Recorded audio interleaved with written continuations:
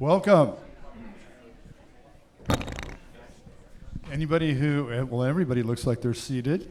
Okay.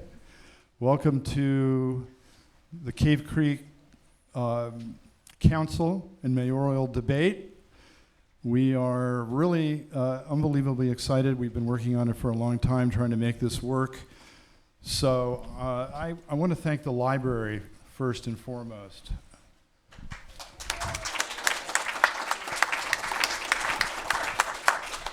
And Deborah Lay, the director of the Desert Hills Library. Very generous, allowing us to use this room and set up. We jammed through here very quickly to set this up tonight because we just didn't have a lot of time. But I think we kind of pulled it off. So thank you. So on behalf of the library, who wants to thank you for your support, I want to read a couple of very short things before we start the program. So regarding the Desert Hills Library, they're the only nonprofit library in Maricopa County. This is a private enterprise. So everybody's support is extremely critical. 91% of operating funds come from donations. A lot of you didn't know it was 91%. I didn't until I got this paper earlier today. 9% is left to the county by way of assistance. They give a little bit. With our, I guess that's with the collection program, the summer reading program, and some of the information systems. They say that we hope you'll stop by the circulation desk to sign up for a free library card that affords you access to, and I've used stuff here, the digital resources and amazing materials. I use this library all the time. We give books, we buy books, we check books out. This is a unique place, very, very unique. So the bookstore is run by volunteers, donations, and monthly book sales. You probably already saw this on your seat. They're announcing that the library has finally made its way to the Discovery Map. I'm sure you've all already looked at that.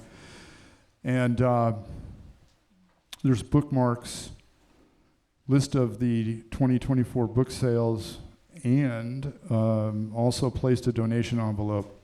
Hint, hint, should you be moved to help. Anyway, thanks again, Desert Foothills Library. Thank you very much. Okay, and now, what I want to do is, because I'm not the moderator, I'm what you would call the host and the organizer, but we have a third-party moderator, and his name is Ray Michaels. Ray Michaels does not live in Cave Creek. He's not, how should I say, invested in Cave Creek. He knows very little about the nuances, so he's the perfect third-party moderator for us tonight. He's a professional event personality, spokesperson, presenter, narrator, host, master of ceremonies.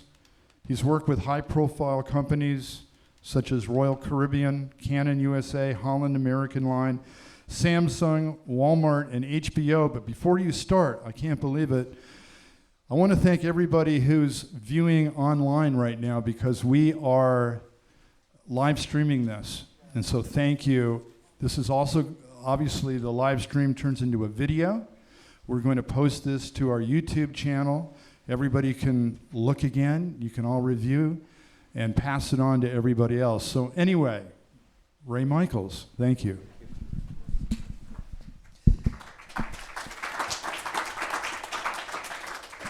Thank you so much, everyone, and welcome here.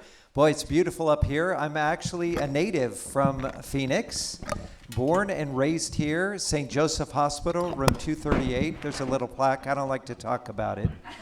But no, it's wonderful to have everybody here. Thank you, Bruce, for organizing this. It's always a great place. This used to be very, very far from where I grew up. But I love it out here. It is so beautiful. Really appreciate it. We'd also like to have a special thank you again, as Bruce said, to everybody who's watching us on live stream. All right, so the rules for the debate. Again, we want to keep all of the interaction from the audience to a minimum so that we can hear all of the candidates that are up here. I will introduce the candidates with a short bio. And as the candidates are introduced, they'll stand up, they'll be acknowledged. We do have the mayoral candidates that will be going first. Once we complete that debate, the candidates will then leave the stage. We will introduce all of the city council candidates as well. So right now, we'd like to begin this wonderful evening. Our mayoral candidates, we will start with Jim Grubb. He is a former Cave Creek council member who has resided in Cave Creek since 1981. Jim has a master's degree in economics, where he used his professional skills in the State of Arizona Finance Department and the Phoenix City Manager's Office. Please, a very warm welcome for mayoral candidate Jim Grubb. Thank you. Thank you. Our next mayoral candidate is Bob Morris. He is an Arizona native and 22-year resident of Cave Creek. He graduated from ASU with a degree in chemical engineering before a career in executive management, marketing, and strategy. He served 6 years on the Water Advisory Committee, 4 years on the Town Council, and is completing his first term as mayor of Cave Creek. Please, a nice warm welcome for Bob Morris.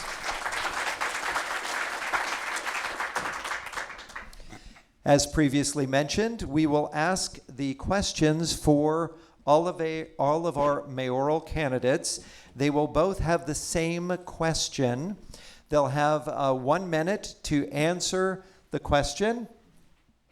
And then if the opposing candidate was mentioned in the answer, they will have 30 seconds to answer that response if that comes up. So we're going to start off. This is going to be for Bob Morris. The very first question for you. And do you have your everything ready? All right, perfect. The question is, from 2016 to 2024, in a little less than 8 years, the budget of Cave Creek has ballooned from $18 million to almost $57 million, a staggering 292%. Do you think the next budget, will continue at this rate, increase, or does Cave Creek plan to stabilize or reduce its future budgets to a sustainable level? Well, first of all, the economics of the town are spectacular. We've got $35 million in cash in the account. Every year we schedule a budget that's 20% higher than what we actually spend because state law will not let you spend money unless it's budgeted. For example, the water interconnect project was delayed from the last year to this year. So it was $56 million last year. It's about the same this year because that project was moved out. So our economics are great. We are putting money in the bank every single year. We have reduced our debt from $63 million down to $20 million. It'll be $16 million in just a few months. So any suggestion that it is not sustainable is absolutely untrue, unfounded, and wrong. All right, very good. Thank you. Again, these are all limited to 1 minute. Bruce will be our timekeeper tonight. All right, so this is now for our candidate, who is Jim Grubb. All right, and the question again, same question. From 2016 to 2024, a little less than 8 years, the budget of Cave Creek has ballooned from $18 million to almost $57 million, a staggering 292%. Do you think the next budget will continue at this rate, increase, or does Cave Creek plan to stabilize or reduce its future budgets to a sustainable level? Well, first, the future budgets need to be reduced to a sustainable level. This budget is not sustainable. It overextends Cave Creek's financial resources.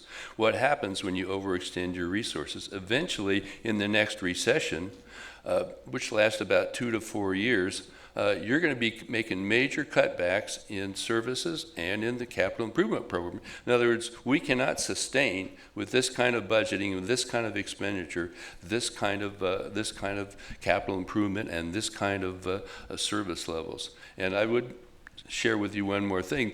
The 2019 council took over an $18 million budget. Now we have $56 million. It's actually a 300+% increase over that time period from 2019 till the current period. Thank you.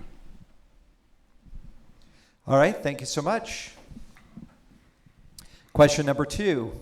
We'll start with Jim Grubb on this first. There are over 4,000 state land trust acres of open space connected to Cave Creek. Cave Creek made an agreement with state land in 2005 to purchase these open space acres prior to the agreement's expiration in 2028. If the town of Cave Creek does not purchase the land, the state land trust will request Cave Creek to rezone the land for resale, and they will auction these open space acres for development to the highest bidder. As mayor, should the town of Cave Creek purchase these open space acres prior to the expiration? And if yes, what is your plan to acquire these lands? We need to start working with the land department better, but also with the governor's office and the legislature. The governor's office and the legislature can do some things to support our applying ourselves to this property. And there is an issue underway to get a permit. We can perhaps lease it. It's too expensive to just go out and buy it. It's like $100. We don't know the number. That's part of the problem. We need to get the right number on how much this land is really worth, but it's probably going to be in the 100 million plus range. We don't have that kind of money. We can't just go out and buy that. But we may be able to lease or reach some agreements with the best parts of that property to take it over and operate that as a preserve. So, thank you very much. All right, same question. I understand it. Oh, you understand it already? All right, very good. Well, to start with, we're in contact with the state land department at least monthly. They've indicated they have we have a verbal agreement with them that they will extend the agreement. Second thing, it is not a purchase, it is a right of first refusal. A third thing is we are getting an appraisal right now as we speak, so we have to know what it's going to cost. The fourth thing is it's zoned open space, and the state land department has no interest in rezoning. They've told us that. They've told us they have no interest in that. So it is most likely that we'll get that land as open space without doing anything. The only ones that can override us really is the state legislature, and that would be tough for them to get that through. So we're on top of this. There's bad information out there, and I suggest that people, if you want the right information, watch the council meetings, watch the information we put out. We put out information already, and there's more coming. All right. All right, next question. This is going to be for Bob Morris first on this question as well. Prior to 2017, a single council member could add an item to the council agenda for discussion or a vote. In 2017, the council voted to change the requirement to 2 or more council members to add an item to the council agenda, and only with permission of the mayor. Do you support reversing this ordinance to allow individual council members to add an item to the agenda? Please explain why or why not. Well, I wasn't on council when it was changed, but it's one of the few powers that our mayor has, because I just have one vote right now like everybody else has. The second thing is we've added a lot of agenda items. Councilmember Rhodes added an item, and Councilmember Elkema on a joint planning and council meeting. We had a historical society presentation. But all it takes is two council people to get together and they can put it on. And you know how many times that has happened in my year and a half? 0. Not a single time. So there is a way for council to get it on there if they feel strongly about it. Exercise your rights, but I'm not going to give up my powers as mayor because they're so limited. I'm going to keep them. I'm going to work for the best interests of the town, which I think my record shows indisputably that I have done so in my 11 years of service to the town. All right, thank you. Would you like me to repeat the question? No, I'm good. Thank you. Okay, yes, I would reverse this act. It puts two councilmen in writing, this is exactly what it says, have to place in writing to the mayor, and the mayor may or may not grant that item. If a councilman got to the councilman and the mayor should be able to talk to each other and work it out so that that councilman, if they have a passion about a particular item, an agenda item, they can get it. But the major job that the mayor has is to make sure that there's good information, good staff reports, and good debate going on about the item. That's the task of the mayor, not to control the agenda. So Bob and I don't agree on that matter. That's too much control for the mayor. Thank you. Okay, thank you. And for the final question for the evening, for the mayoral candidates, this will go to Bob Morris first. As a former Cave Creek councilman, what is the single most positive change and the single most negative change you've noticed since you served in local government? Well, the first thing, I guess, is the fire department. We took, from a standing start, we took 40% of the general fund and diverted it into public safety through financial engineering, through changes in rates, through a lot of efficiency items. People before that were paying money to rural metro. They don't pay that money anymore. The town provides that, and we have, I would estimate, 5 times the response capability. That's going to save somebody's life, maybe in this room. That was the most positive thing. The most unpositive thing is what the legislature is trying to do us. I spend a fair amount of time working with the legislature and with our organizations. They would have gutted this town with 2 items, the sales tax issue, and they would have taken all zoning away from us. And I fought that. I fought that with our organizations. I fought that through the council. We passed resolutions. I went and talked to our legislatures. And that's the most negative thing. The threats to this town are coming from outside, not inside. All right, thank you so much. Would you like me to repeat the question? No, I'm good. Okay. Okay, the biggest negative, I think, we are spending and have spent way too much money on water and wastewater, especially right now. Right now, in the budget, the 5-year plan, and it's just bumped by $5 million because the project for Phoenix Interconnect, which started around $5 million, went to $17 million. Now it's $22.1 million for that interconnect. That's way too expensive to not expect there'll be rate increases down the road. The entire program with that additional $5 million is $45 million for 5 years. That's gonna kick us back. That's gonna haunt us down the road. We're gonna be paying for that as water rate customers. And we've been subsidizing the water thing, the water fund as well. And what's one of the places we're subsidizing from? The Spur Cross Fund. The Spur Cross Fund. Over a 5-year period, $7.23 million was put in there. $6.1 million was removed to subsidize water and wastewater. 84% of the fund that's Thank you. supposed to be That's for 1 minute. preservation. Thank you. All right, very good. Well, we thank both of our candidates for coming up. Please, one more round of applause Thank you. for Jim Grubb, Thank you. Bob Morris. Thank We you. appreciate it so much. Thank All you right, so thank much. you. Thank you very much. Thank you. All right. Prior to leaving the stage, I'm so sorry. I was reminded that we do have, before you leave the stage, Mayor, if you would like to give a 2-minute response to everyone in a closing statement. Sure.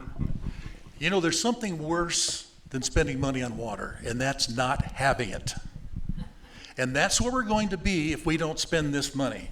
My career as a chemical engineer and my career as an executive, a lot of it dealt with failure analysis and things go wrong. Every year we have a failure in the cap water line that we just barely avoid shutting the town down.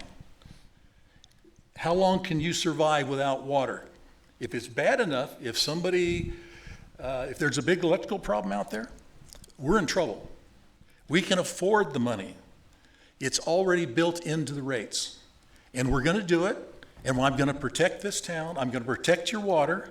I'm going to serve you with fire. I'm going to serve you with emergency protection.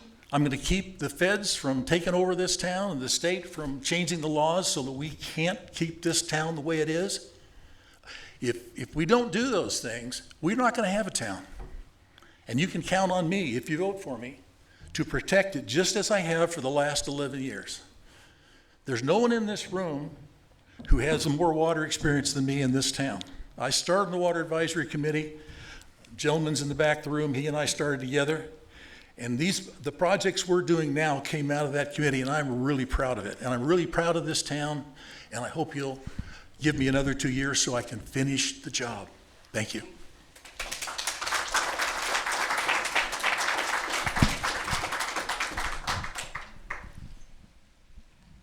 Yes, go ahead. Okay.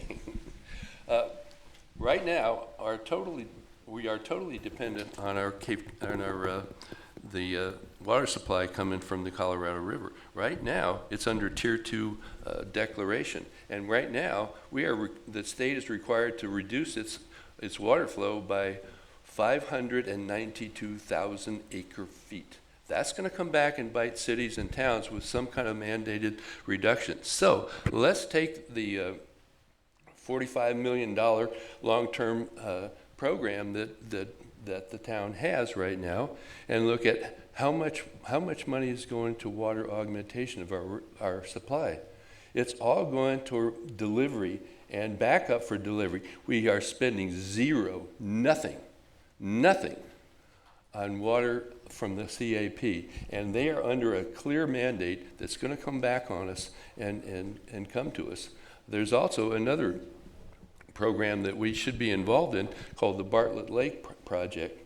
The SRP has a study going on to raise the dam by 100 feet. There's enough water coming into Bartlett Lake through Verde River that a number of cities and towns can participate to augment their water supply. It's right in our backyard. Cave Creek chose not to participate in that program. We must participate in that program and augment our water supply. But that also means we're going to have some additional capital expenses to augment our water supply. We don't have a choice coming down the road. So that's a big deal, and we're not doing it. The other thing we're not doing is we don't have a status on our groundwater.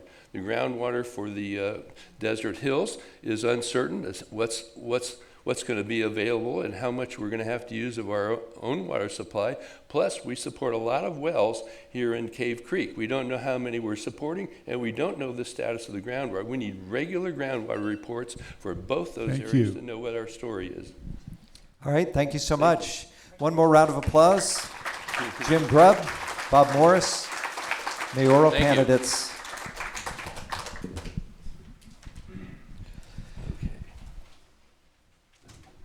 All right, for our town council members, again, we will be introducing you one at a time. When we mention your name, please come up and take a seat underneath your name. And then I will once again share the rules for tonight's debate. Our first council candidate is Tom Augerton.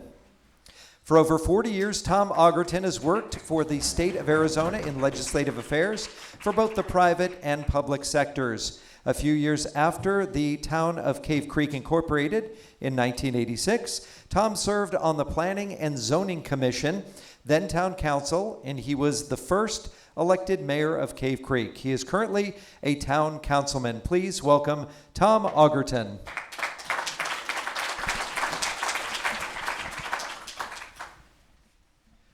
Our second council candidate is Cynthia Driscoll. Cynthia is currently serving her third year on the Cave Creek Planning Commission. She is the owner of Carefree Physical Therapy, serving the Desert Foothills area for over 35 years. Please welcome Cynthia Driscoll. Our next council candidate is Joe Friedman. Joe Friedman is a retired sports marketing professional who worked with the Arizona State University, University of Arizona, Phoenix Suns, Arizona Coyotes, and the Fiesta Bowl. He graduated from ASU with a BS in political science and has lived in Cave Creek since August of 2001. Please welcome Joe Friedman. Our next council candidate is Julie Goldammer. Julie has a robust background in corporate and small businesses, including engineering, real estate, and local advocacy. She is a straight talker with a passion for problem solving. Please welcome Julie Goldammer. Our next council candidate is Thomas McGuire. He is currently a member of the town council who has lived in Cave Creek for 24 years. He is a retired educator who has been active with the Cave Creek Museum, the Spur Cross Ranch Conservation Area, the Desert Foothills Land Trust, and other community organizations. Please welcome Thomas McGuire. Our next council candidate is Alex Naddison. Is a former infantry officer and U.S. Army veteran. He is an entrepreneur and former business owner. He served on the Water Advisory Committee, was the board chair of the Holland Center, and assistant regional coordinator for the Arizona Site Steward Program. Please welcome Alex Naddison. Our next council candidate is Dusty Rhodes. Dusty, a Cave Creek resident since 2017, is a retired colonel, U.S. Marine Corps. He is part owner of an IT consulting firm supporting the Defense Department and intelligence community. He has a depth of knowledge in strategic planning, business planning, financial management, resource analysis, and systems program analysis. Please welcome Dusty Rhodes. Our last council candidate is Catherine Royer. Catherine was elected to the Cave Creek Town Council in 2018 and has served as vice mayor since 2022. Catherine was associate general manager of communications and public affairs at Central Arizona Project in Phoenix for 20 years. Please welcome Karen Royer. Catherine. All right, council candidates. We're going to be doing something very similar to the mayoral candidates. You will have an opportunity to answer the questions. You will have 1 minute to answer the question. If you mention another candidate during that response, they will have up to 30 seconds to respond to that. Some of the questions are for each one of the candidates individually, and some are for specific candidates. We will try to be fair and give everybody equal amount of time and questions. Are you ready to begin? All right. This first question is for all council candidates. Parking in Cave Creek is increasingly problematic, especially events like a Bike Week. Because of this, many merchants have expressed their concern regarding a decrease in business activity and revenue during these events. What are some of your solutions for handling the increased congestion, and how might Cave Creek better improve traffic flow and parking issues? We're going to go ahead and start with Tom Augerton.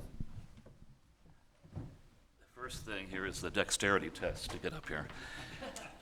We actually just talked about this the other evening at the council meeting or the budget meeting, the capital improvement meeting.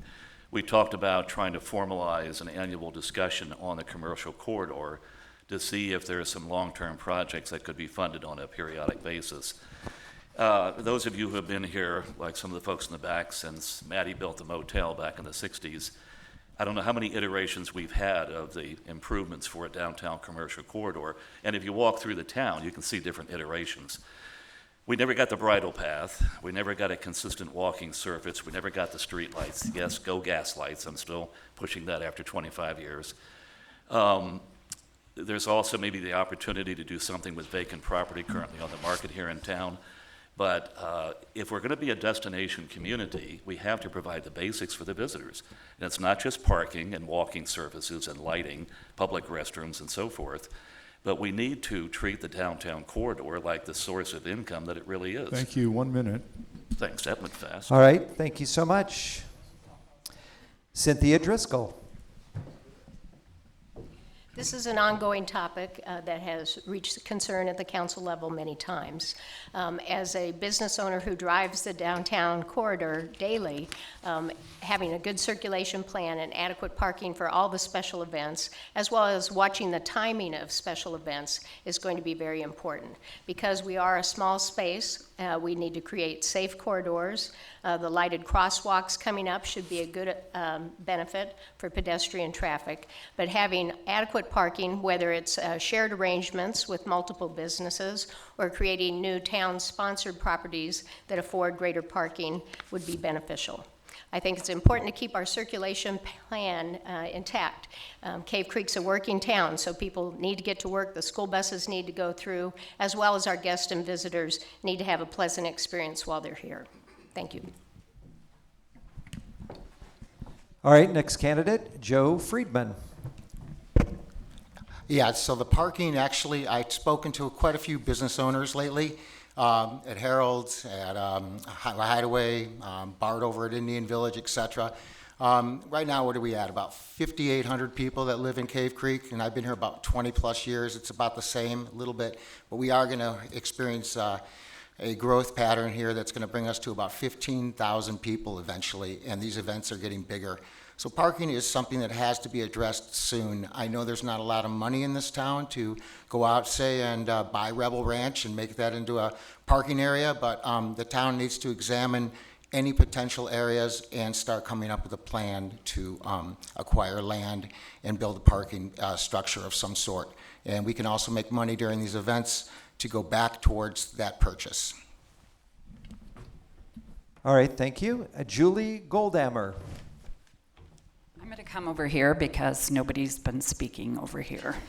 It was getting lonely, I gotta Yes. tell you. Yes. So I'm going to just focus on parking for a second. Obviously, there's other things related to traffic and problems with safety.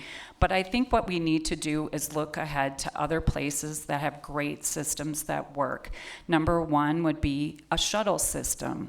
We can use different business parking space and or off-site parking, and we can shuttle more people into town and have some sort of an ability like they do for Phoenix Open and a bunch of these other places. The other thing that I would talk about, and this is going to be a little bit more out there, so don't shoot the messenger. Lambeau Field is in the middle of a very small town. For those of you who have ever been up there, there is people who will actually allow their space or their unused parking to be utilized for parking space, and I think we should do something like that. Be creative. All right, thank you. Thomas McGuire. Good evening. I just want you to know I'm running for town council because I'm not old enough to run for president. Parking, this is a tourist town, so parking is going to be an issue. We have certain events that draw in a lot of people. I talked recently with the business owner at Harold's.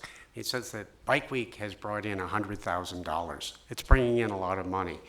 It is a problem that we don't have enough parking. We have that underground parking that's under Desert Rose. It's underused. We've looked at other parking places. This is something that needs to be done with the businesses working in conjunction with the town. The town should not be going alone on this. So that's very important. Traffic flow through town has been difficult. We've got Bike Week, it's coming back. This year wasn't as good as last year so far, but I've talked with staff, I've been down there, and they're trying some things to make it better. As Bike Week has grown, it's gone up a huge amount. 1 minute. And All right, thank you so much. and the control has gotten better over the years. Thank you. Now, Alex Nadeson. Thank you. As a former infantry officer, business owner, you're always solving problems. This is just another problem to solve. And I think in order to solve it, the town should come up with some options that they can then engage the business community, because it's a collaboration between the two. At the end of the day, you want our businesses to thrive and survive and grow, because that's the majority of our revenues through tax revenue.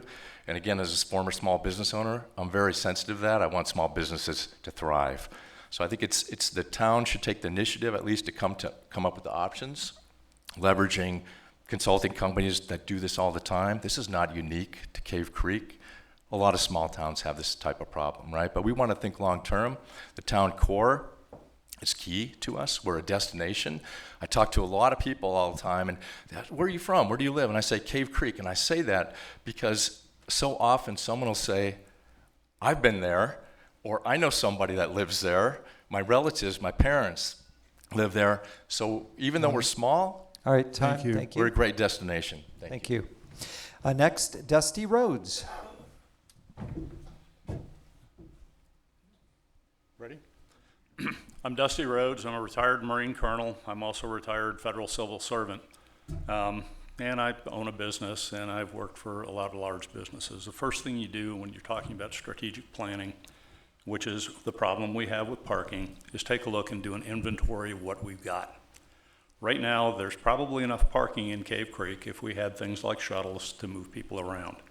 Right now, we are going to, as we grow, according to the general plan, to about 15,000 people, we need to start looking at perhaps buying a piece of property and building a parking structure.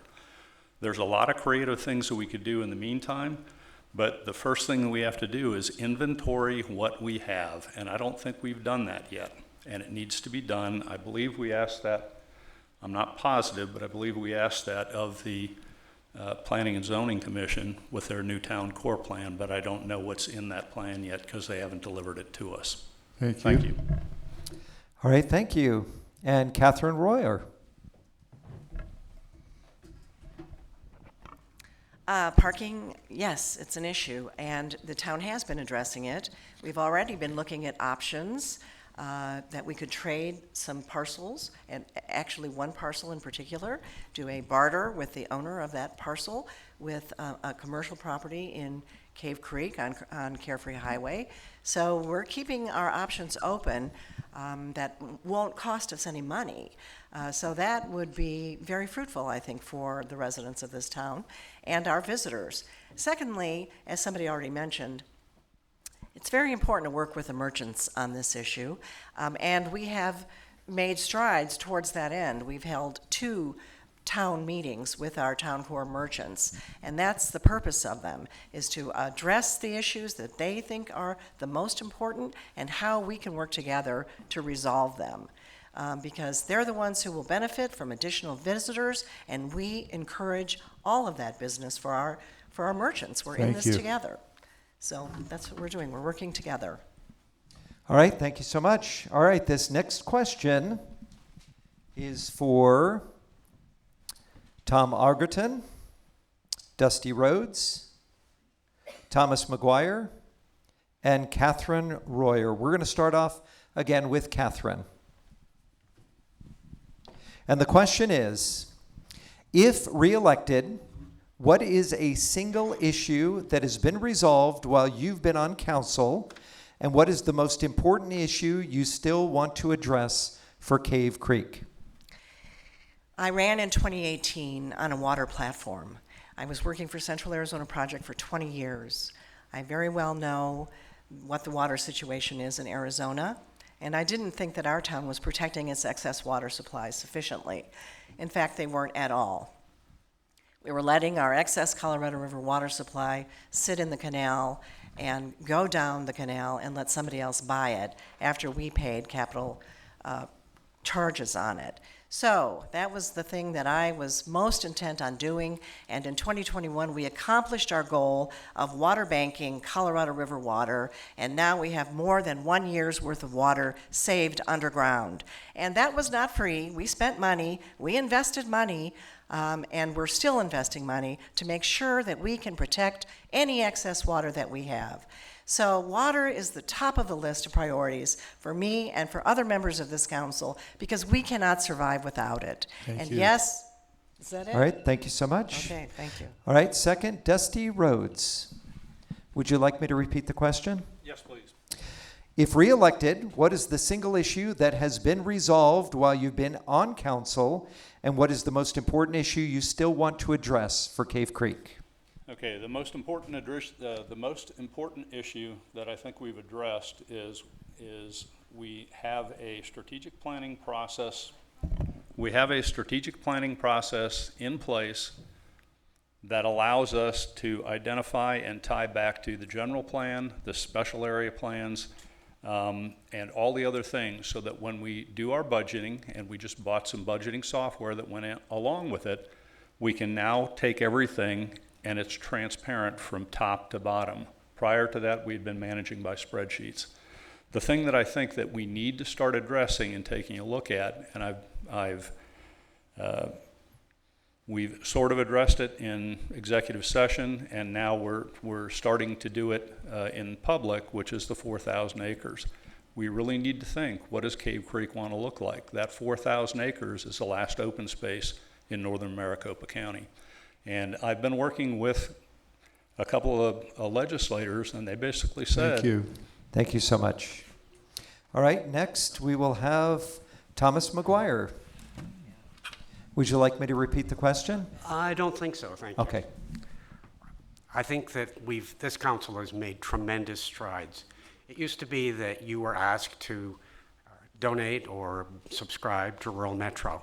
60% of the landowners in Cave Creek did not subscribe to Rural Metro. Through the planning that this council has done, we have increased businesses on Carefree Highway. You've now got superior fire control after 2 fires in 2020, and it's no cost. There is no property tax. We don't need a property tax, as we have indicated here. And that's important. Also, Catherine, you're right, that water is going to be a critical issue. Some of you may have come to the presentations that I did here and the museum and a number of other places in Cave Creek on water in Arizona. This is something I've really tried to keep up with. It's going to be a very important thing as we move forward. Will Cave Creek need to give up some of its water allocation? It's not clear. We've got a pretty high priority. Thank you. So it's going to be the All farmers right, thank you first. so much. All right, and we have Tom Augerton.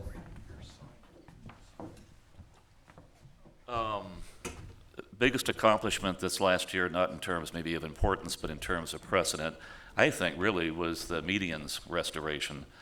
The medians restoration, in which the council was, I think, completely united in, represents the beginning of a commitment by the governing folks in the community here on behalf of the residents and the businesses to restore the devastation of the medians being ripped out, as well as all the vegetation a few years ago, and a recognition that we can do better within our budget to try to restore some sense of small town environment in the downtown commercial corridor. Everybody's tired of hearing the reference, but I do consider the downtown commercial corridor the living room of the community. In terms of looking forward, I don't want to beat the same horse that others have with the state trust lands. So I'm going to kind of go back to the commercial corridor again, that the aesthetics are one issue, but the operational functionality of the downtown commercial corridor, we have to stop redesigning it. We have to start doing something. We have the money, and I think we have the dedication. Thanks. All right, thank you so much. The next question is for all of our council members. Prior to July of 2017, any one council member could add an item to the council agenda for discussion or a vote. The ordinance was changed, so it now requires 2 or more council members with permission of the mayor to add an item to the agenda. As a council member or future council member, how do you think the current ordinance helps or hinders one's work to serve the town? We'll start off with Cynthia Driscoll. I think the ordinance and the control of the agenda is something that can stay with the mayor and the town manager. With two council members being able to bring an agenda item forward, I think that's a reasonable consideration to talk among your colleagues and select what's really priority issues for the town. In the past, there have been single issue council members who want to push only a local, very narrow agenda. And I think the town is best served by being able to address issues that are important to many. All right, thank you so much. All right, so we will now hear from Joe Friedman. Would you like me to read the question again? You don't have to repeat it. So anyway, I would have to think that two council members want to propose something to go on the agenda is fine. As far as the mayor having control over this to veto it or not, I wouldn't be in favor of that because we have a good mayor now, but what if we don't later? It's pretty simple stuff. I think two council members is adequate to put something on the agenda. I don't think there's a lot I'm going to say else on it. So. All right, thank you. Now we'll hear from Alex Nadison, right? Is that right? Nadison. Nadison, I'm sorry. Like Madison. All right.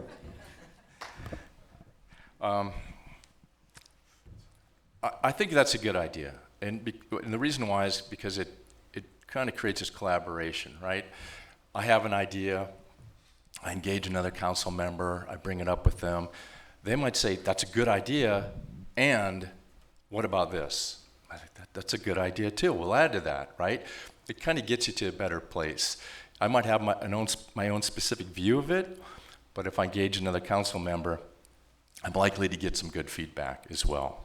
So I don't think it's a big burden. I think it just leads to more collaboration and probably a better outcome and a better agenda item. Thank you. All right, thank you. Next up, Julie Goldammer. We're going out of order. That's the point. I know. So I actually would probably put a different spin on this. I think it should be a collaborative approach. I think there should be more than one person who wants to get something out there, but I think there should be an ability to put it up to the council to actually vote for it. Things are changing so fast sometimes, and if we don't have the opportunity to bring something that could be all of a sudden an urgency, we're maybe leaving things off the agenda. And I will throw an example out there, water. We've talked a lot about water this last year, and a third of our people are not, if not more, are not served by town water. Thank you. All right, thank you. And Catherine Royer.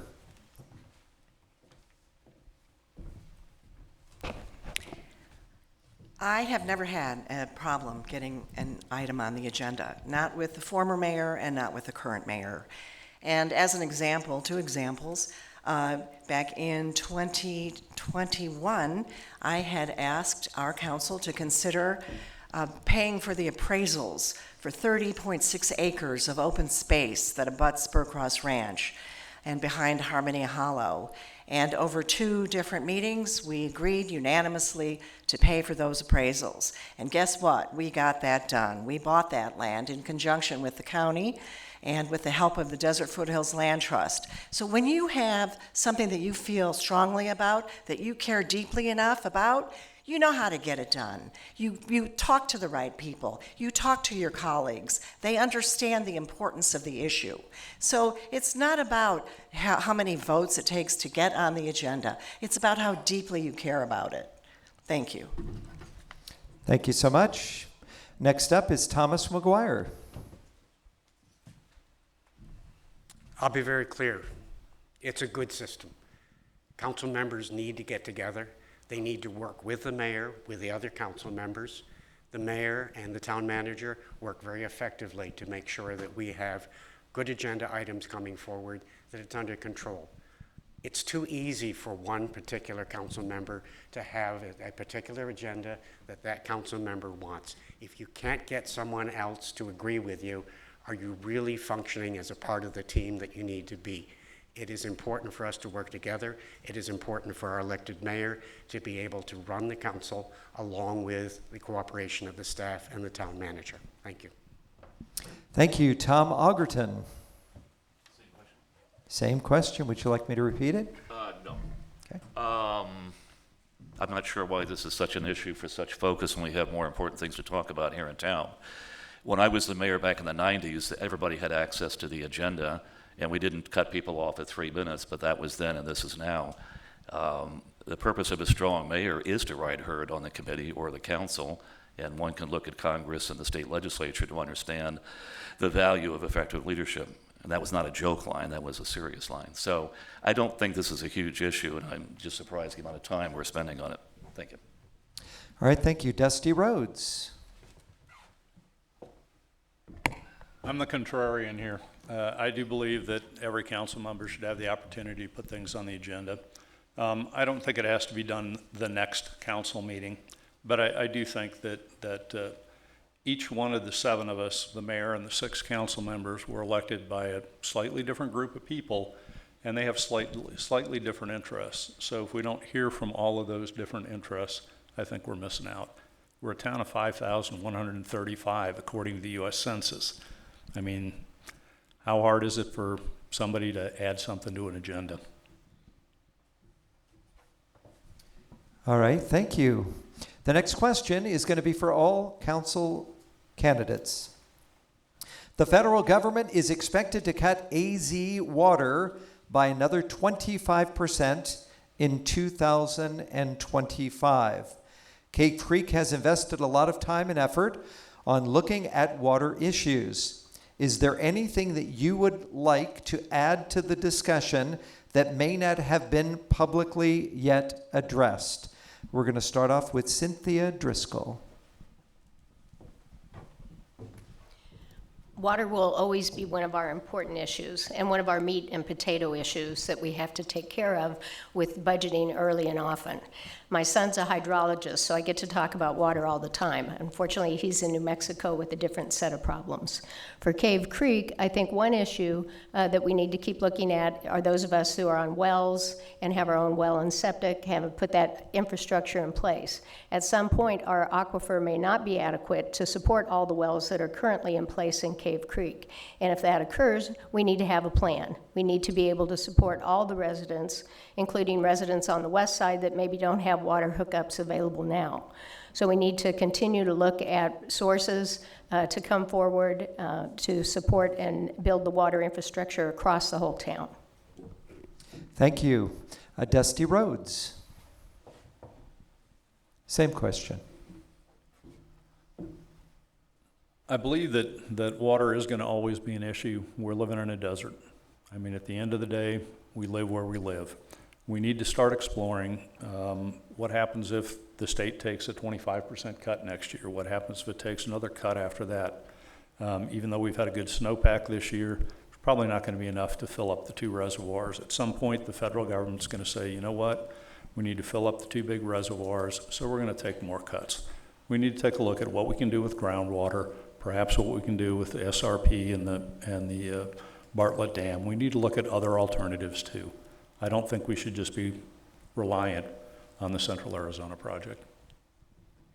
Thank you. Next up, Alex Nadeson. Thank you. So I was on the Water Advisory Committee for a couple of years as a vice chair after I retired the first time. I learned a lot about water, and I continued my self-education. I joined the Central Arizona Project Board meetings. I read a lot. I learned a lot. And it's very complicated, as we know in the West. But the bottom line is we need to plan. We need to do what-if scenarios. If we have cuts coming, we don't wait for cuts. We need to have a plan in place if and when the cuts come, whether it's 2025, 2026, but we should expect that they'll come. And the options, there's a lot of different options. There's obviously educating people just on their water usage. So sharing their water usage. If you can reduce your water by X%, it will save the town X number of acre feet, for example, over time, if everybody is involved or X percent of the population. That's one option.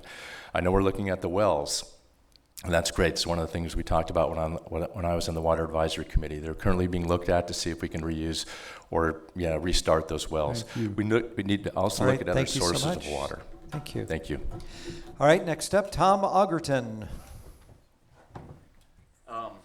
One of the questions I always had on the water issue is, what is the carrying capacity of Cave Creek? Years ago, we had J. George's Water Company, which we had appraised for $6 million. The town paid 19 plus $2 million in debt. So we paid 22, and we've invested over $300 million probably at this point in water and sewer, but it is the price of having residents in a municipality. And we haven't had a building moratorium since the very early time of Cave Creek. But with the state land, if it's not preserved, what's the estimated density expected out there? And what is the current carrying capacity under the general plan? And what is the projected carrying capacity? So I wish we could have more discussion at this moment in time going forward about how well with the existing allocation plus the projected decreases, what can we provide realistically to the community? And I would caution people on them coming looking for your domestic wells. In New Mexico, they first meter them, then they tax them, and then they close them. So if you're on a domestic well, hold on tight to the rights given to us by the state of Arizona. Thank you. Thank you. All right, thanks so much. Next up, Julie Goldhammer. So I think we should stick to things that we do well, and no pun intended there. We do the rodeo really well. We do our Western heritage really well. We do rural lifestyle really well. We do the agrarian lifestyle really well. There are plenty of other municipalities in this valley and around the state that don't run their own water company. What could we do after all the good work that's been done and the increase in value probably for the efficiency to actually look at having someone buy the water companies from us? And then we could actually work together with Phoenix or another group to get water to us. I get water from the city of Phoenix, and some of you all have well water. So we are working constantly on the water, which I get. I'm a realtor. I understand water is critical for us to live here. I'm not stupid about that. But I think we should stick to things we do well and not have to worry about the capital expenditure problems. All right, next up, Thomas McGuire. I've tried to follow this issue. It is incredibly complex. I'm in regular contact with someone that I deal with at CAP, where Catherine worked. I also have been in contact with people at the Kyle Center. The federal government does not control who's going to get an amount of water. They control how much water is released from their dams, most notably Lake Mead. The various states need to get together. They need to make plans. Actually, at this point, the lower states have put together a plan on how to deal when you get to certain levels on the Lake Mead, Colorado River. What they've not done is to figure out who has to take the cuts, and that's where it's going to get really difficult. Arizona has a tough time. We're junior partner to California. We are under demands from the upper basin states that Arizona has to use less. The states are going to have to get together and figure this out. We have a pretty good priority on water, and I don't think we're going to have many problems moving forward. All right, Catherine Royer. I think we are very fortunate here in Cave Creek to have some expertise about water, including our mayor, who's a civil engineer, who has overseen taking care of the infrastructure of our water distribution system so well. And we're so confident in his abilities and his knowledge based on his background. I, on the other hand, was a water supply expert, so to speak, being at being at the Central Arizona Project for 20 years, working at the table with all the water management experts, not only from CAP, but from our state. So we have contacts and resources at the state level, at the regional level, and at the federal level. Brenda Berman, who's the new CAP General Manager, was the Associate General Manager of the Bureau of Reclamation. She's she's at the table negotiating the water supplies for Arizona and the lower basin states. We are fortunate to have good people, experts, representing us. Thank you. All right, thank you so much. And Joe Friedman. All right, last but not least, so water is the lifeblood of the desert. I've known that since I came here in 1981. If you've read the book Cadillac Desert, you know that we have water issues, and we always will have water issues. As Tom said, we are one of 8 states, and we are a junior state as far as water, so we are not on top of the food chain there. It's going to be an ongoing issue. I completely agree with him there. I also think that the mayor and Catherine have done a phenomenal job with what I've seen in Cave Creek since I moved here. I would just have to think that, we've got to stay on top of this. There's going to be a lot of stuff going on in the future, like everybody up here has mentioned already. And one thing that wasn't brought up was we've got this year's supply of water out on the west side. I think it's Tonopah or something like that. How are we going to get it? It's all underground. There's no wells out there. Nothing's been done. So that's another question that's going to have to come up soon, because we don't know where that water's going to come from if we need it. Because, what are you going to do, ship it in trucks? You're going to have an underground line? Probably not. They haven't even dug the wells yet, so. 1 minute. That's it. Thank you so much. All right, this next question is for the council candidates. This will be for Cynthia Driscoll, Joe Friedman, Julie Goldammer, and Alex Nadeson. Let's start off with Alex Nadeson. And the question is, if elected, what is the single largest issue you want to tackle in Cave Creek, and a current policy you'd like to maintain?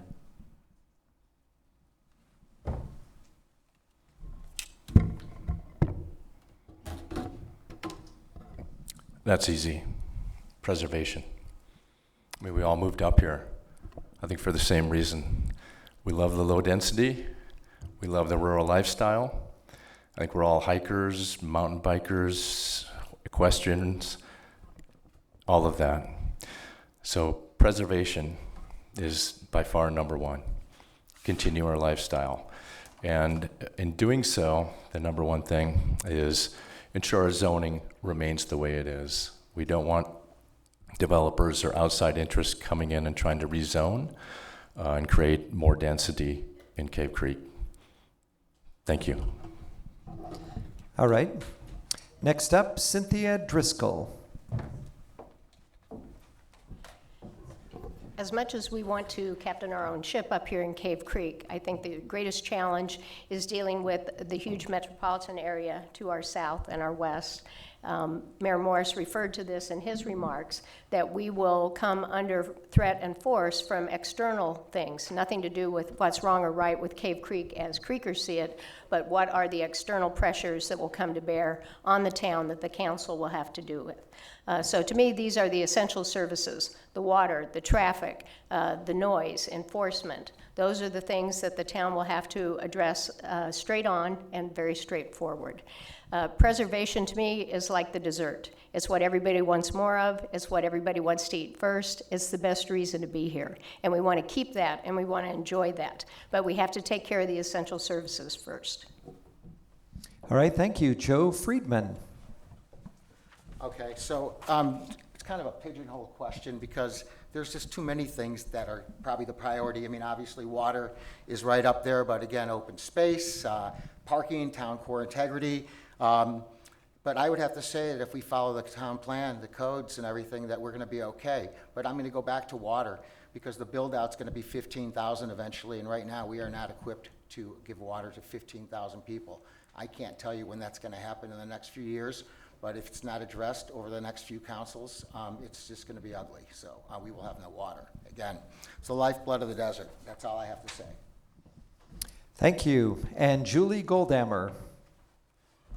I'm just going to keep bouncing back and forth. My topic is really personal to our neighborhood, and I think it's going to become a problem in other neighborhoods. We need to talk about attracting better revenue sources to the town that makes sense for Area 18, all of those parcels that are left where we can actually bring in commercial. Because if we're gonna have to build water and do all these other projects and parking and everything else, we gotta get the money from somewhere. There are ways that we can attract that revenue, so I am all about coming up with different ordinances that help us establish a little bit more specificity in our general plan so that we can actually attract the good revenue sources without having ugly commercial right next to our houses. I live in one of those neighborhoods that have been impacted, and I do agree that we have nothing else out there than our views. They are not building those views anymore, and our resources definitely need to be preserved. Thank you. Thank you. All right, thank you so much. All right, this is the last question for all council candidates. And the question is, Cave Creek is unique in character and natural beauty and has been successful in attracting visitors and new property owners. This success has come with a cost of an increased growth rate that can easily spin out of control if not properly planned for. How do you balance a future Cave Creek between some inevitable growth versus keeping the small town charm, maintaining horse properties, and protecting open space and dark skies? We're going to start off with Thomas McGuire. We've just been too successful. With an area like this, who wouldn't want to be here? But with the leadership that we've got and some of the leaders in the past, this is a place where people want to come. We have to make sure that we develop properly and that we put the proper limits on growth. We cannot force people to give up their investments, but we can make our ordinances so that they do the proper construction in the places that are appropriate for construction. And I also want to give a lot of credit to our staff. Those are people that work with the people who come in and want to build.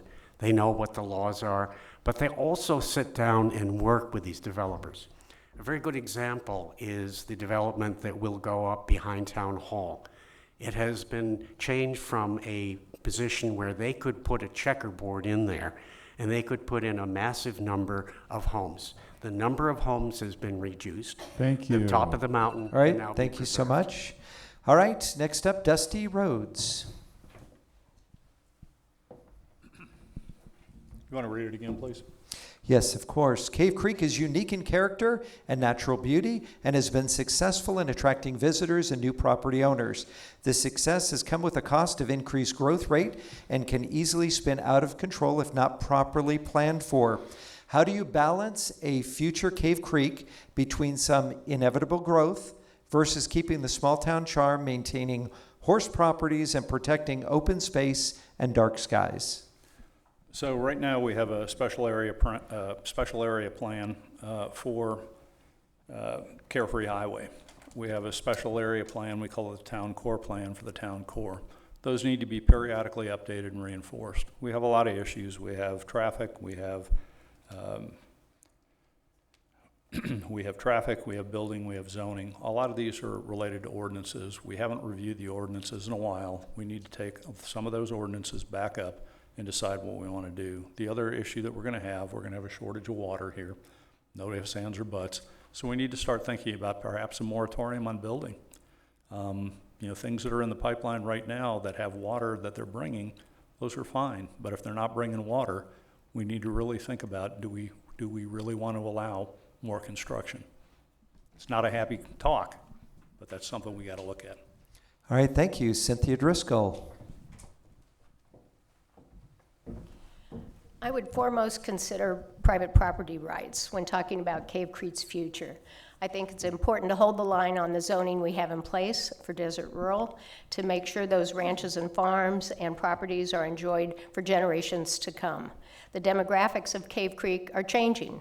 We're going to have new families and different faces and different hobbies. But if we hold the line on zoning, it will keep the unique character of Cave Creek what it is, and allow a framework for which then to build out the infrastructure in terms of roads, circulation, traffic flow, and other resources that we need for the town's growth.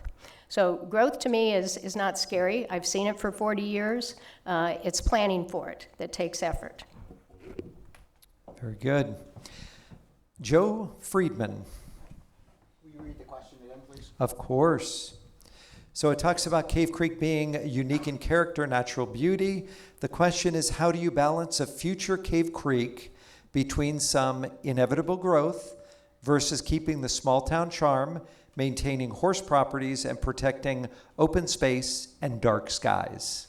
I think that's pretty easy too. I think we have a really good general plan in place right now. It's got zoning ordinances, et cetera, in there. Obviously, things will be tweaked as time goes along, but right now, I think we're in pretty good shape. I think it's going to be hard to stop private individuals with property rights and things like that from building. If we stick with our plan, you know, in certain areas you can build 2.5 acres, other areas much less. We just got to stick with that plan, and we've got to figure out that water thing. I think that's the main priority in town. I mean, our open space is fantastic. It looks like we're going to acquire some more.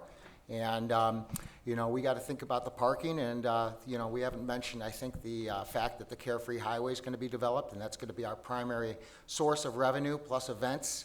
That's kind of it. I also believe that we probably need to come up with some more events in addition to Bike Week, the rodeo parade, and Taste of Cave Creek. Maybe if we come up with some more things, we'll get more money coming in. We'll be able to, you know, keep our town going. It's a constant, ongoing situation. Thank you. Basically.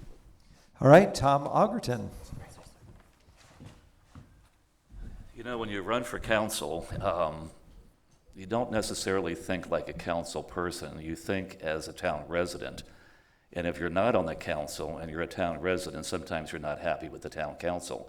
But it's worse when you're on the town council and you're not happy as a town resident. We did this to not be Phoenix, and it was a sound decision. On the worst day of what everybody in this community has tried to do since '86, at least it's still self-determination. Each of us have done our best as volunteers, starting from the first mayor and the first council person, but it is time to take a look at proportionality. At a town of 5,000, do we need a local police department? Do we need a new town hall? Do we need property taxes? We need to get back to an understanding of what our critical needs are. We have over 65 employees and subcontractors and contractors. In a sense, we've become a miniature urban center for the standards that are offered in the larger communities that we really Thank can't you. afford. All right, thank you. Catherine Royer.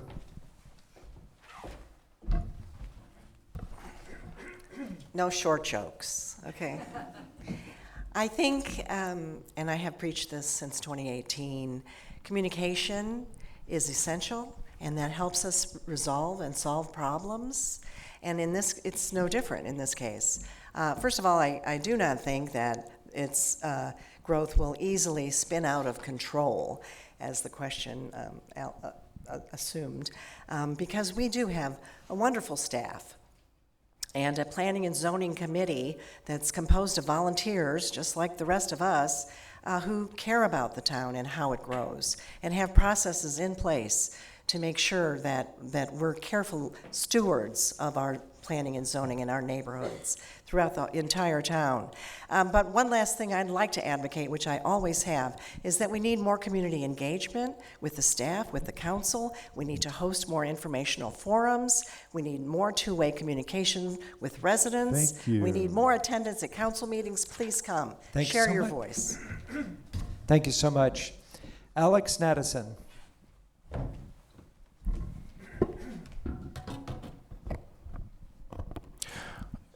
I spoke with the town staff recently, and my understanding from the town staff is our zoning is pretty tight. We don't really do too many variations around zoning. So let's say that is in place and that holds. That leaves then the commercial side of it. We only have so many remaining parcels for commercial. So how do we make the most of that? I think there's an opportunity to look at each of those and, like other municipalities, engage some businesses or industries that we would like to be a part of our community, that we can also receive sales tax from. So be very strategic about the last parcels we have left. and be proactive and not inactive and then become reactive. Let's be proactive and do something about it. All right, thank you. And last, Julie Goldhammer. Mom, he took my answer. Anyway, in all seriousness, I want to talk a little bit about something in the general plan that has been a challenge. And this is all about negotiation and balance, right, for growth. So we have a problem with ordinances in general. You talked about how important it was that law was actually vetoed by the governor. So we have the power to use ordinances behind us. And I think we need to keep doing that. Example, if we don't take care of how a multiple density comes into our town, we're going to have problems. And this is why. We have an ordinance that says multi-residential is 8 units per acre. But everybody comes in under apartments with commercial, and there's no number. So that's a problem we need to fix. And I would say the same things that Alex did. We need to attract certain business to us. Stuff that's not going to be annoying to the residences next door. All right, thank you so much. Thank you. How about a nice round of applause for all of our council candidates? Well, we have some time to get some questions directly from the audience. So if you want to go ahead and raise your hand, Bruce will come out for your question. I know you probably have quite a few questions, hearing a lot of the answers this evening. Who would like to start? Right over there. Okay, Ron Sova. Actually, you can ask anybody anything, almost anything.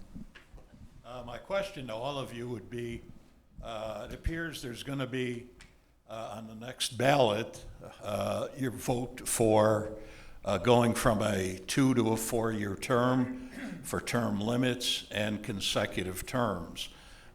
Each of you, what is your feeling on that? What would you support or not support? All right, I think it'll be easiest if we start from the very end. Catherine, if you want to do it, and then we'll just move this way on this question. We had significant discussions at the council level about the 4-year staggered terms. I am in favor of them, only because every 2 years is very challenging for candidates to have to do all of this and campaign and spend money and meet with everybody and get signatures, but that's not really the only reason. I like to say it's a paradigm shift. People who are opposed to 4-year terms say, it's easy to get rid of people after 2 years. Well, how about it's easy to save good people for 4 years? Let's keep good people. Let them work. We want to work. We want to work hard. We want to concentrate. We want to have agendas. We want to have issues. We want to solve problems. Thank you. It is still 4 a years is better. 1-minute answer, by the way. Thanks. Forgot to mention that. So, yeah, you just move this way. So I oppose the 4-year terms. Our founding fathers created the People's House. They had about 6 months of discussion. They chose 2-year terms because it requires us to go back to the people. There's 7 of us. There's 9 of us, 11 of us running right now between mayor and council. Going out and getting 130 signatures is not that hard. So I oppose the 4-year term. I think 2 years is fine. I think it forces us to go out and talk to you and find out what you're interested in, not what we're interested in. All right, very good. Alex? Yeah. This topic was brought up at a council meeting, I think, not too long ago, and the question was asked, I think, how many municipalities have 2-year versus 4-year. I think Cave Creek's the outlier. I think we're the only ones with 2 years still. So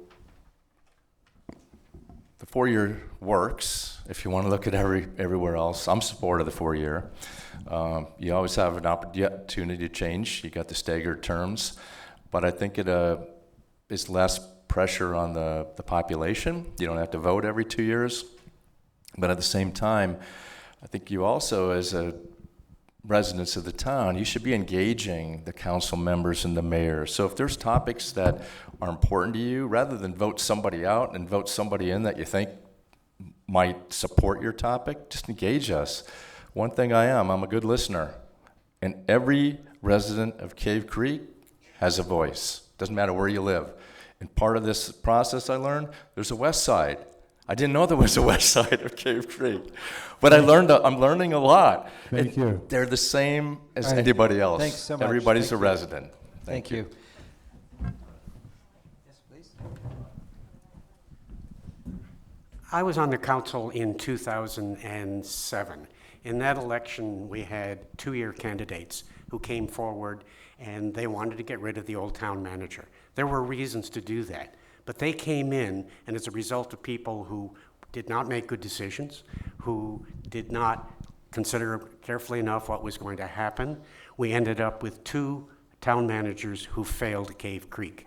We need to have new ideas, yes, but you also need to have people who are there who can maintain some stability. There needs to be a balance. I think the four-year staggered terms are very good. Now, term limits. Who's not going to be here if we have term limits? Me. If you don't want me, vote me out. But also you have to consider, if I wasn't here, you'd only have one vote, one candidate who wasn't going to make it. So I think it's important to have people around who are experienced, who know how the town runs. Thank you. You need that balance. All right, thank you so much. Yes. So I am for 2-year terms, and this is why, and it's some of it's already been told. I feel like it's really important. If we're doing a good job, you guys are going to vote us back in. It's all about votes. So if we're not doing a good job, you can vote us out in 2 years instead of 4. I have learned so much from everybody I've talked to in this process, going out and getting signatures. It would take, for 10 signatures, it would take 2 hours. Not because I talk a lot, because I do, but I was listening to all of you. So for those of you who told me things that frustrated you, know that that's an important process to me, and if it can work for our state and our federal officials, I know it costs money, but I'm willing to go out there and earn the right to be your council person again in 2 years. And I'm sorry, some good people maybe can't commit to 4 years. Thank So you. let's open it up. All right. By the way, every question from the audience doesn't necessarily have to be for everybody unless they want to answer. Oh, Joe. Okay, so I'm going to say that I oppose term limits. I believe that if you have term limits, you're gonna pigeonhole people, and some people, again, I'm gonna go along with, again, the 2 years, because there needs to be some sort of limit, though. 2 years. I also believe that if you're, I don't know, we've had some people on the council for, it seems like, since I've gotten here, and I just think that people should be, it's just like Congress should have a term limit.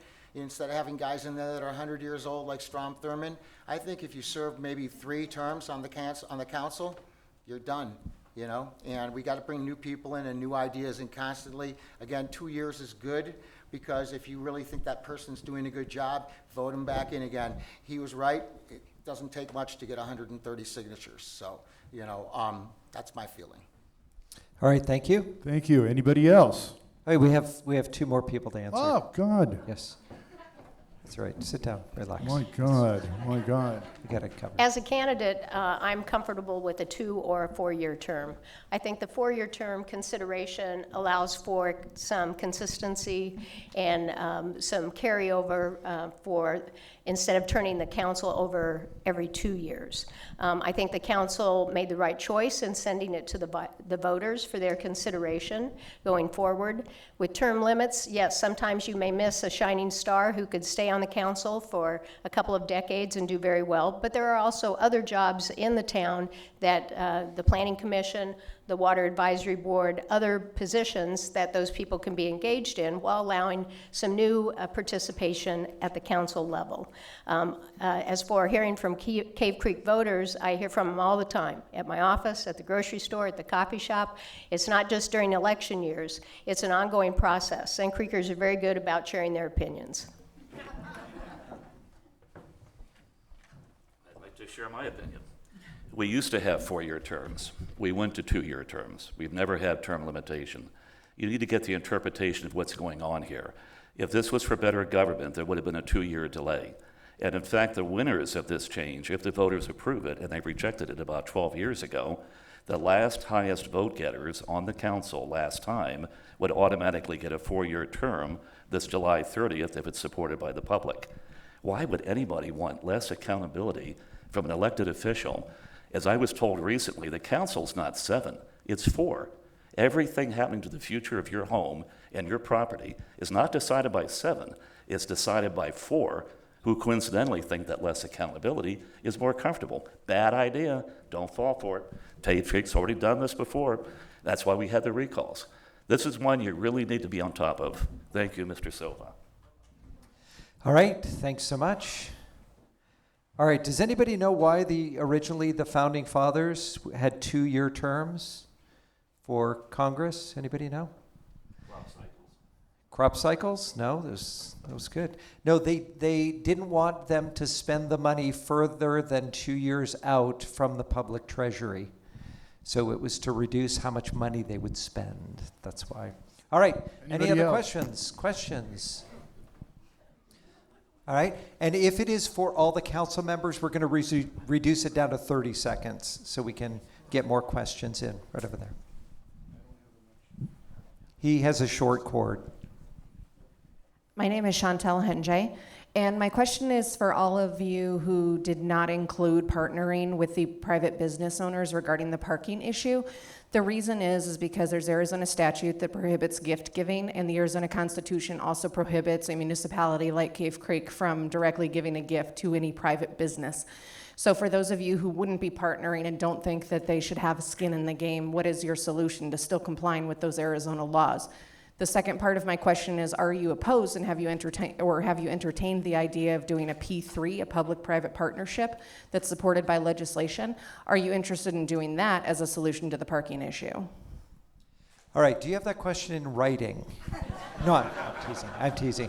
All right, so who is involved in what the question was? Just by a show of hands.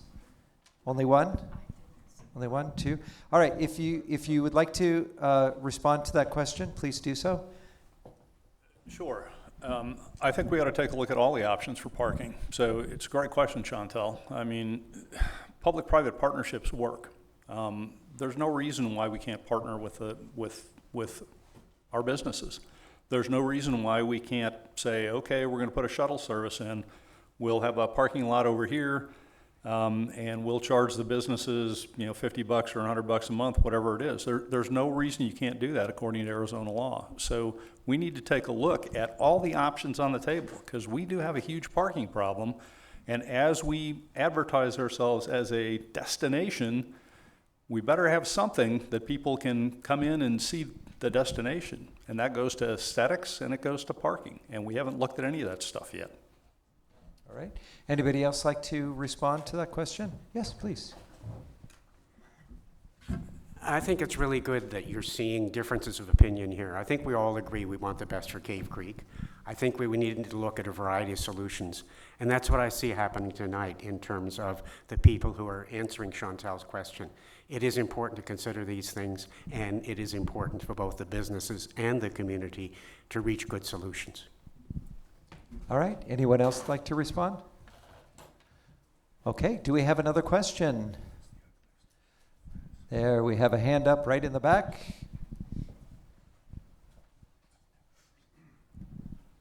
Mr. Bill Besore. These are some great questions.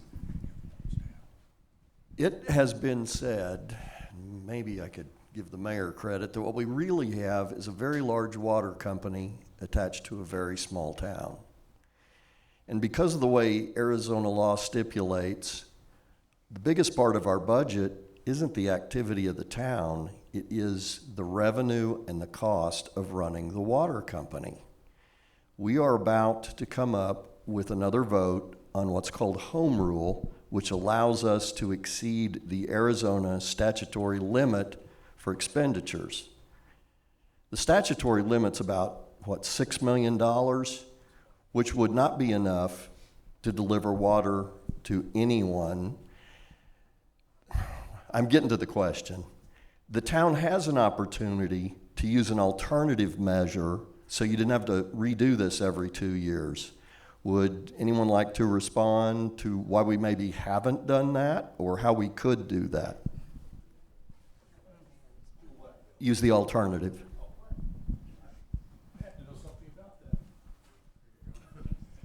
Yeah, if we don't approve the home rule option this year, the state legislature years ago gave 4 options for funding towns. They really, really control how towns are governed. And we chose one, and we have for many, many years, where we exceed what that, and if we didn't do that, we'd be like spending $6 million. We wouldn't be able to provide water, the sewer section, the fire department would be broke, we'd have no employees. It would be an unmitigated disaster, kind of like what the legislature tried to do to us last year with sales tax. So think about that. But the reason there is another way, and we are considering, our new town manager came in right away and said, hey, I think we can get this thing done. So we had a very dignified selection of a town manager with wide, broad experience, and he's been doing a good job. And he's got some ideas on that, so I'm hoping that we can come up with something to get away from these home rule elections. All right, thank you. Since you had an opportunity to speak on this, we should probably give it over to the other candidate for mayor to have some thoughts on his side, just to give equal time to everyone.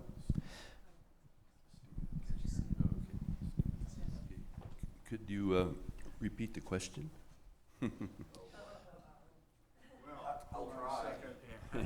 Hold on a second. Get the mic going.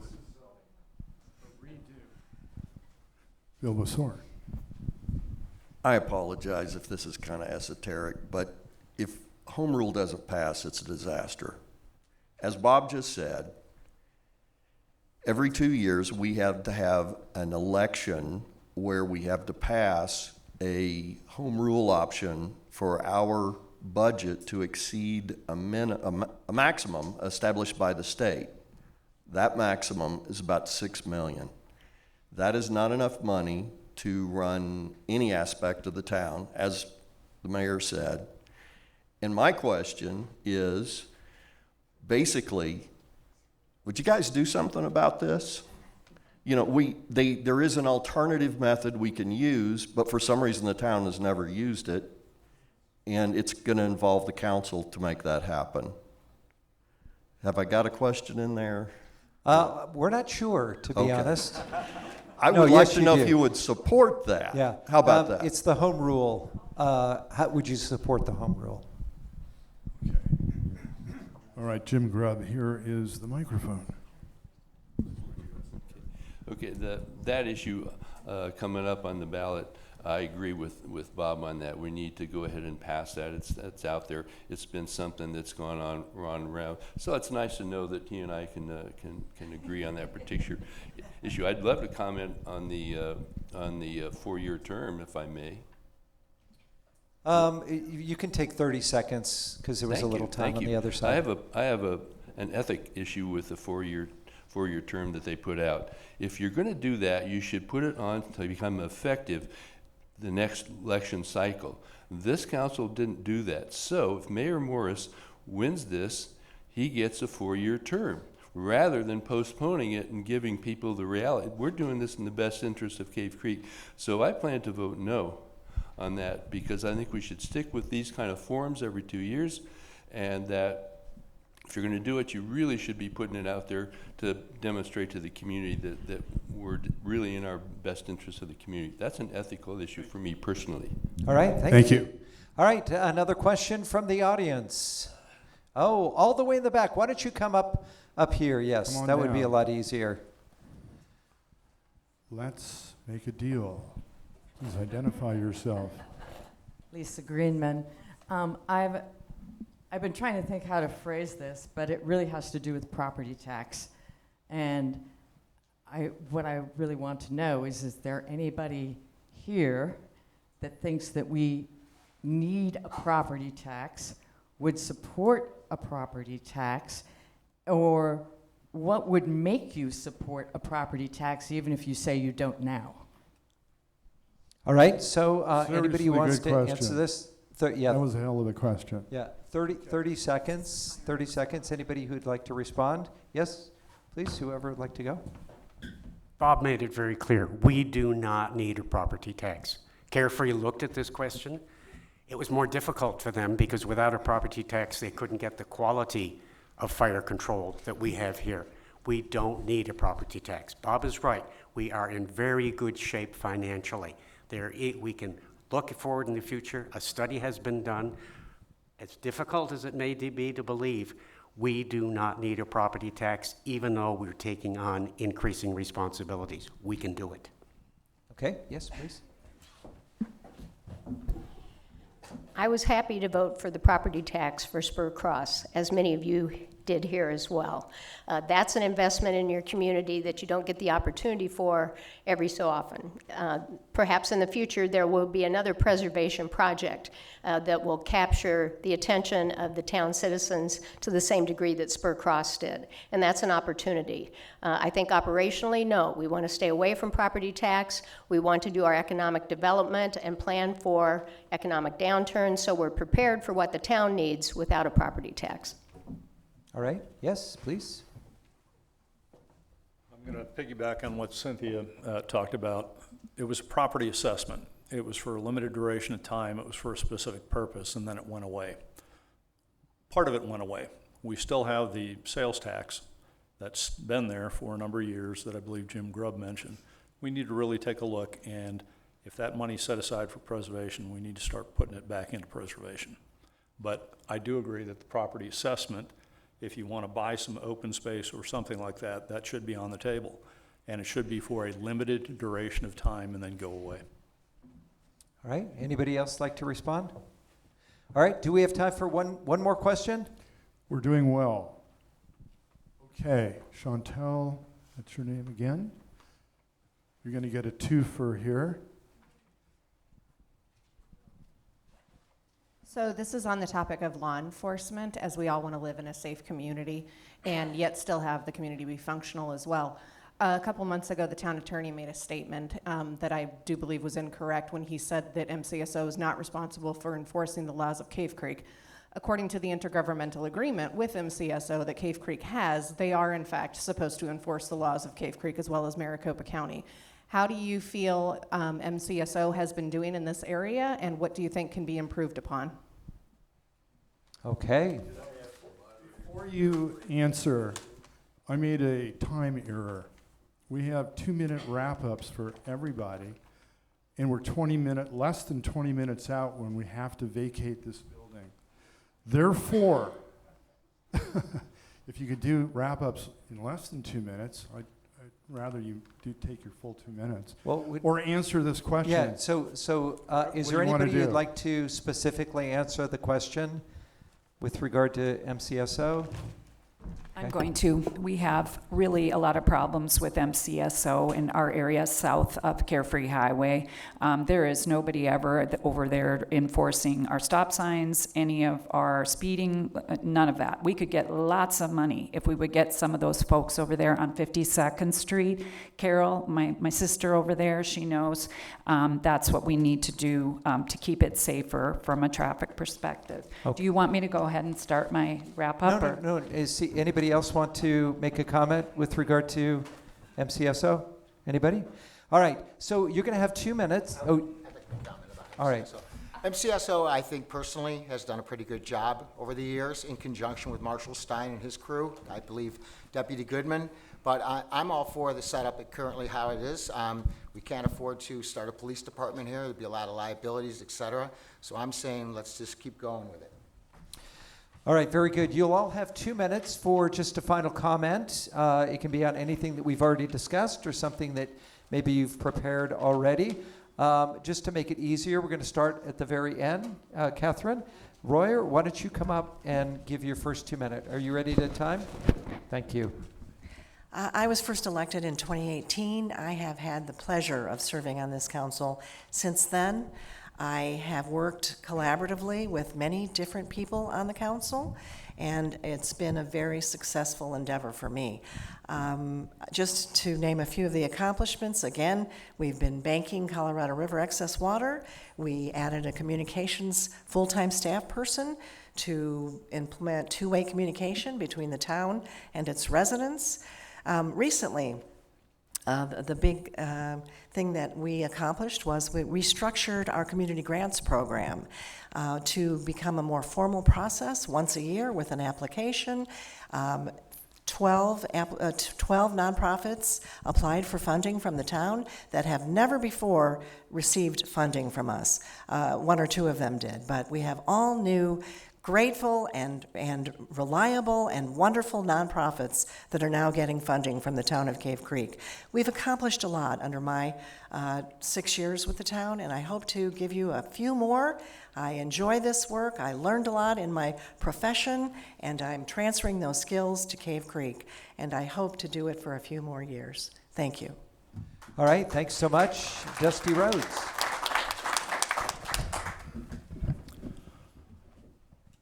So I've been on the council for 2 years. I appreciate you guys voting for me last time and voting me in. I think we still have some issues that we need to deal with. When we talk about the Maricopa County Sheriff's Office, we really don't have enough sheriffs to go around. Right now we have 2 full-time deputies 24/7. Really, we could probably use a couple extra more, and as we get into the budget process, I'll probably ask that we take a look at adding to that. One thing to remember with the Maricopa County Sheriff's Office, if we put the money in this year, we won't see the deputies until on down the line. That's just the way it is. They have to train them, they have to have them available. So anything we do regarding law enforcement isn't going to happen overnight.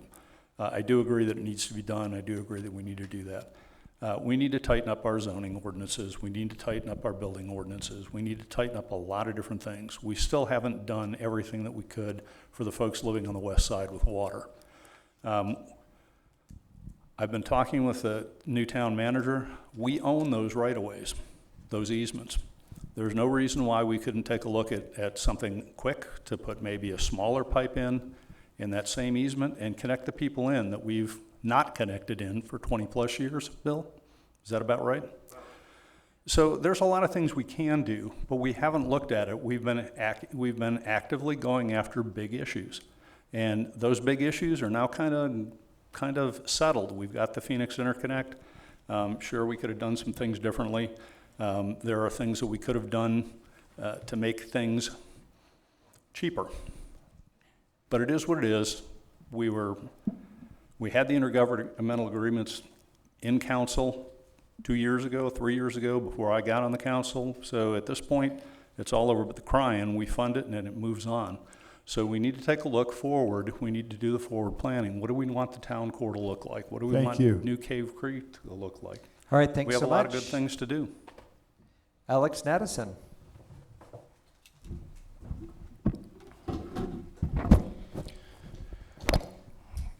So I've already said my number one issue is preservation. Number 2 is maintaining our strong financial position. We're in a good spot, but we don't want to take our eye off that, right? We want to continue to focus on that. Number 3 is, as we talked about, water, same type of thing. We're banking our water, we're investing in the infrastructure, we need to continue to do that. You know, one of the worst things is if a resident, if we're not able to deliver water to our residents, right? 1 hour, that's fine, but when you get into 24, 48 hours, that's what we want to avoid, and we're on that path. We don't want to take our eye off that path. One of the things I learned as I went door to door, which is actually a lot of fun, I was kind of intimidated at first when I started that process to get the signatures, is I think there's a lot of opportunity for communication and collaboration in the community, from what I heard from the residents. So that would be another area of focus. What can we do to ensure that everybody understands what's going on in the town, but also has a voice again? So if you are concerned about something, have input, you have to have a way to feed that into the town council and the staff. My background is started an IT company during the Great Recession. We built it to about 50 people, created a lot of great jobs that people could support their families on.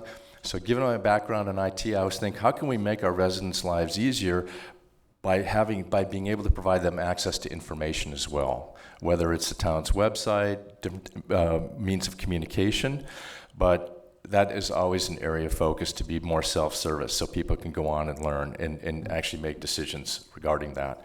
But I also look at how do we protect ourselves, our town, from cyber attacks, ransomware. The largest companies in the world invest hundreds of millions of dollars to prevent this, and they still get hacked. And you heard about AT&T and some other ones. So are we doing the right things to ensure that we're protecting our people? Just like if water's down for 24 or 48 hours, we don't want our systems down. It's Thank the you, same Alex. type of catastrophic. All right, thanks so much. Thank you. Next, Thomas McGuire. First, thank you, Bruce. Thank you, Ray. You've really done a nice job. I really appreciate that. Let me tell you a couple of things you probably don't know about me. Years ago, I was interviewed by the Scottsdale area realtors. They offered me $1,000 for my campaign. I didn't want that, but what I did come home with was a $2,500 grant for the Cave Creek American Legion. They have that grant as a result of the discussion I had and giving up that $1,000 because these are people that we truly want to honor. I also want to convey what happened when Cave Creek wanted to obtain land at Spur Cross, and there was 30 acres there. I put an article in the front page of the Sonora News with a picture of the late Johnny Ringo and Melissa Paxton looking for an angle of someone who could, an angel, someone that could bring us that $1 million.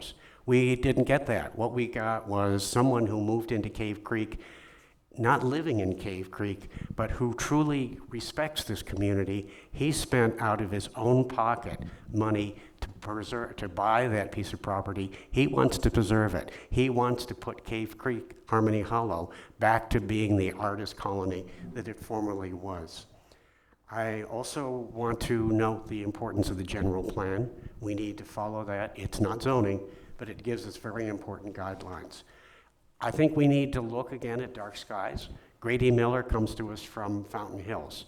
He has experience in dealing with dark skies. I think we can get a new conversation going.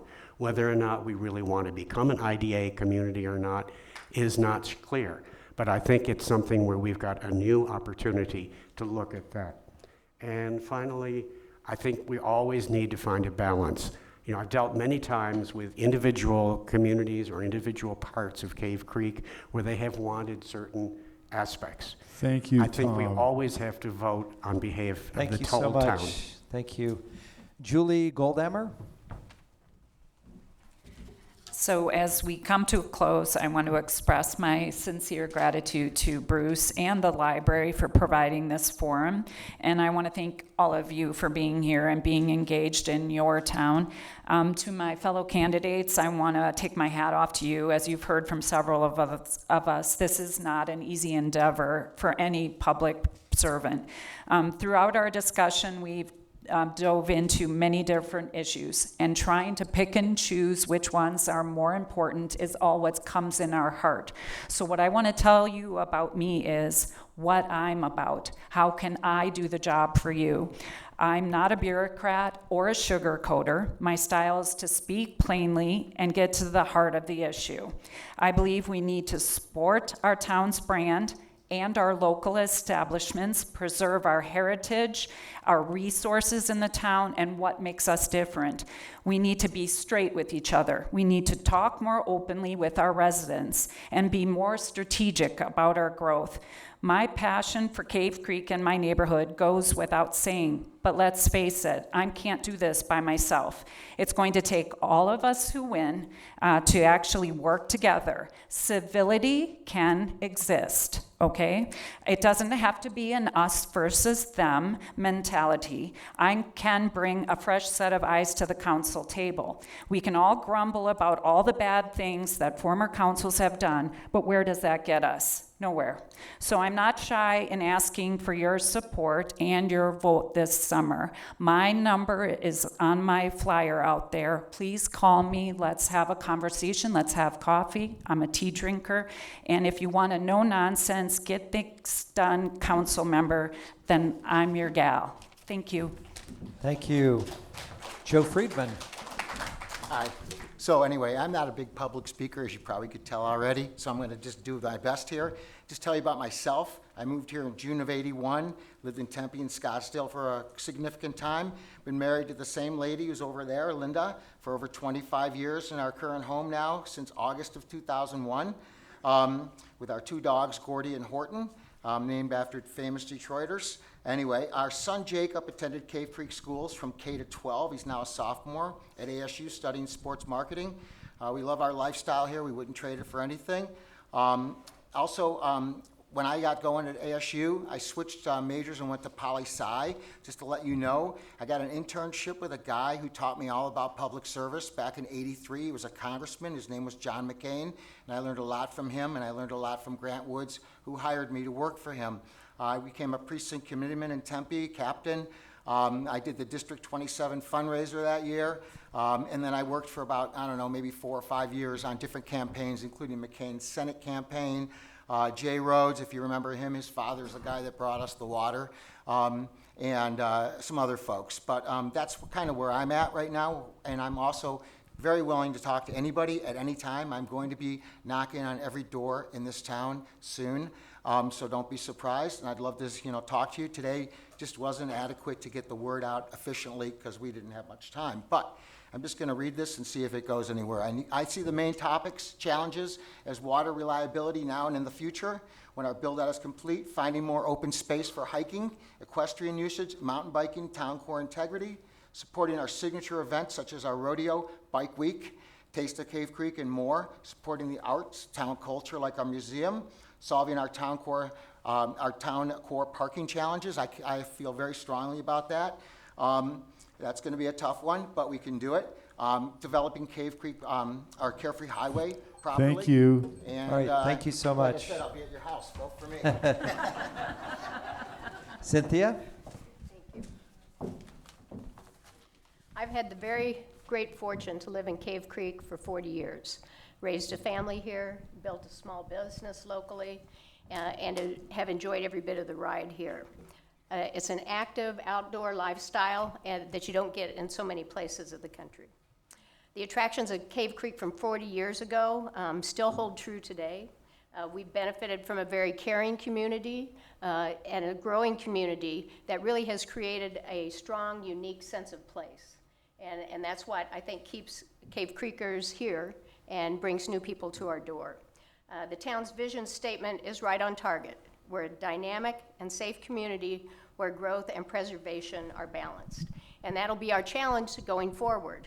How do we deal with the concerns and the discomfort of growth and change with the practical considerations of revenue generation and private property rights, both residential and commercial? There was some very good work done back in 2009 after the recession when Cave Creek's budget was not in great shape. And that should be recognized and reread by all residents to plan for our future, because that's what we need, not just the good times when money is flush and things are going the way we want, but how do we plan for the next economic downturn or for an unexpected financial stress coming our way. I think the strategic plan and the budget right now are moving in the right direction and will help us get there. Cave Creek's in the enviable position of having over 9,000 acres of designated open space, of preservation, and recreational areas. Between us, the county, and the annexed open space designation, we're in very good shape. We want to continue the public-private partnerships for acquisition when that opportunity arises. Just as with Spur Cross, we don't have to bear the cost alone, but we could certainly take the lead in land stewardship and trail development to make sure the quality of those public lands are in good hands. Thank you. Thank you. All right, thank you so much. Tom Ogreton. Well, thank you for the time, and thank you for setting this arena up.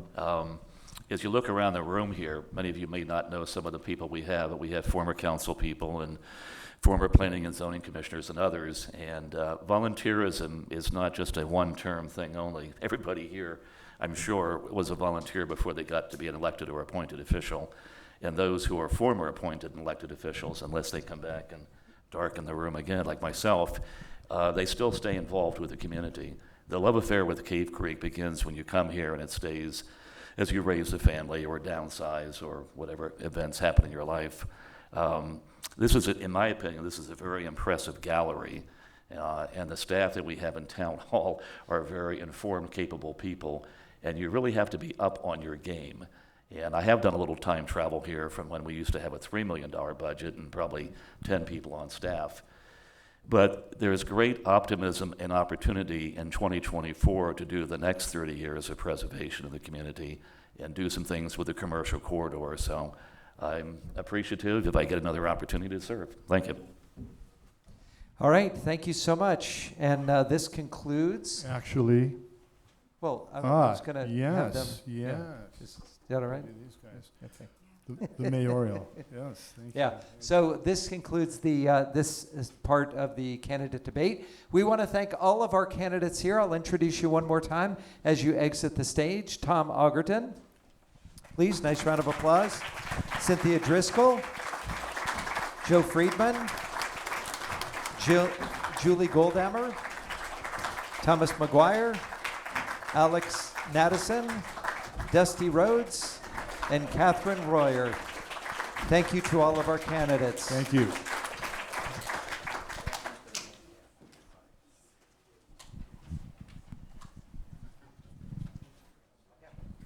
We also want to thank our mayoral candidates who also came tonight, Bob Morris and Jim Grubb. Please, nice round of applause for them as well.